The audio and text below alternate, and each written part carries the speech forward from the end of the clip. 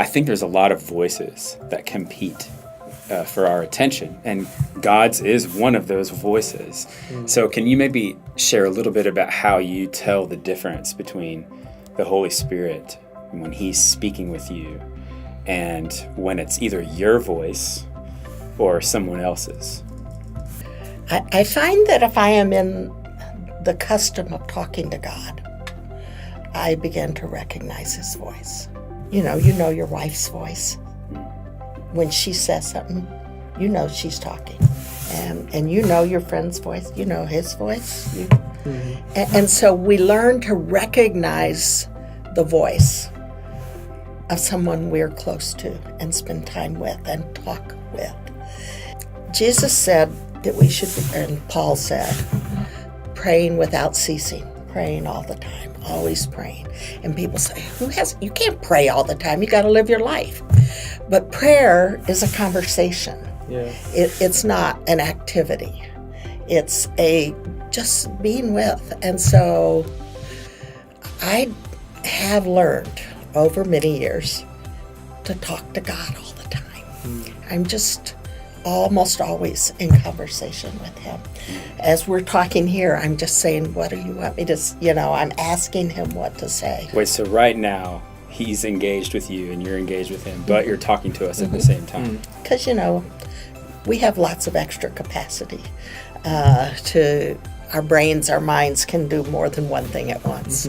Well, usually the female persuasion is better at that than the male persuasion. Yeah, but you do it. You do it. I actually had an experience last night where it came to the end of the night, and I was about to go to bed, and usually I'll lay on my floor with a blanket over me because it's so cold in my room at night, and I'll just say a few things to God before I go to bed. But last night I was so tired, and I was just like, I don't want to talk to you, God. I just want to go to sleep. And I felt him say, it's okay, you were with me all day. And that was life-changing awesome. to me. That's so I was great. like, okay, I don't have to do this thing into the night because I've spent the whole day with God. Right. But that is a process that we grow in.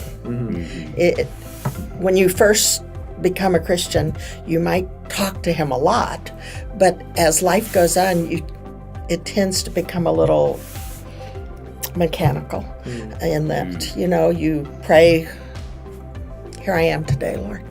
My husband says, touch a life through me today. I say to the Lord first thing in the morning, live and love through me today. Okay, so that's a good start to the day. And then I might pray for a meal. I confess I don't always. Some meals don't require prayer. Food is so good, it's already there. Here's a confession. It's been blessed. I don't pray before my meal. I didn't do that growing up, so I don't know. I didn't do that growing up either, but, I have to. You have to. Who makes you? Plead the fifth. But the thing is for many people, they'll have a quiet time. Another true confession, I don't always have a quiet time. But I am talking to God just constantly. He's with me. He lives in me. Why wouldn't I talk about what we're going to go do or who we're going to be with? And so because I've become increasingly familiar with his voice, I am more likely to recognize it. Because, it's like, oh, that is what he says to me often. Now, my own voice, I usually know my motives enough to know when it's my own voice. Because I'm a very stubborn, wanting my own way, determined, rebellious person. I feel you. I've had many conversations where I have tried to convince God to do it my way. But when I came to Christ, the deal was I was choosing his way, not mine. It was a conscious, almost I could have signed a contract. I choose your way, not mine. And so I got used from the beginning, I think, to listening to what he was saying.